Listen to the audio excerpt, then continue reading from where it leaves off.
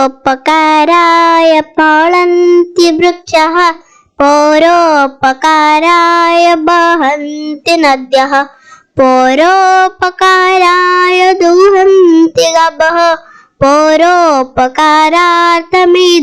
शरीरम्। परोपकाराय फलन्ति वृक्षः अर्थ परर उपकार ପାଇଁ वृक्ष गुड़िक फल धारण करती। खरा वर्षा शीत काकर सह्य करी वृक्ष गुड़िक फल धारण करी सुद्धा निजे किछि सेवन करि नथांती। सही फल को अन्य माने ही सेवन करिथांती। वृक्षर सही फल को जीव जंतु मनुष्य सेवन करी अनेक उपकार पाइथांती। परोपकाराय वहन्ति नद्यः अर्थ परर उपकार पई नदी गुड़िक प्रवाहमान होइथांती। नदीटीए अनेक कष्ट सह्य करी प्रवाहमान होइथाए।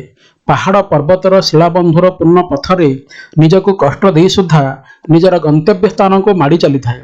कारण नदीटीर जलधारा को ग्रहण करने को जीवजगतर समस्त प्राणी चातक परि चाही रही थांती। नदीर जल को वृक्ष लता ग्रहण करती। सही नदीर जल को ग्रहण करी पृथ्वी शस्य श्यामला होइथाए। परोपकाराय दुहन्ति गावः अर्थ परर उपकार पई गाय माने क्षीर प्रदान करती। गायटी सही अमृत धारा को निजे पान न करी अन्य माने ही पान करिथांती।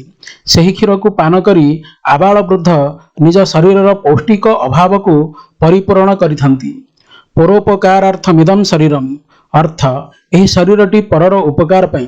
जेतेबेले परर उपकार पई वृक्ष नदी गोमाता निजको उत्सर्ग करिसंती सेतेबेले एही शरीरटी मध्य परर उपकार पई समर्पित करिबा उचित। सृष्टिर सर्वश्रेष्ठ प्राणी होउछि मनुष्य। तेणु सृष्टिर ए अनिंद्य शरीर को यथाशक्ति परर उपकार पई समर्पण करिबा उचित।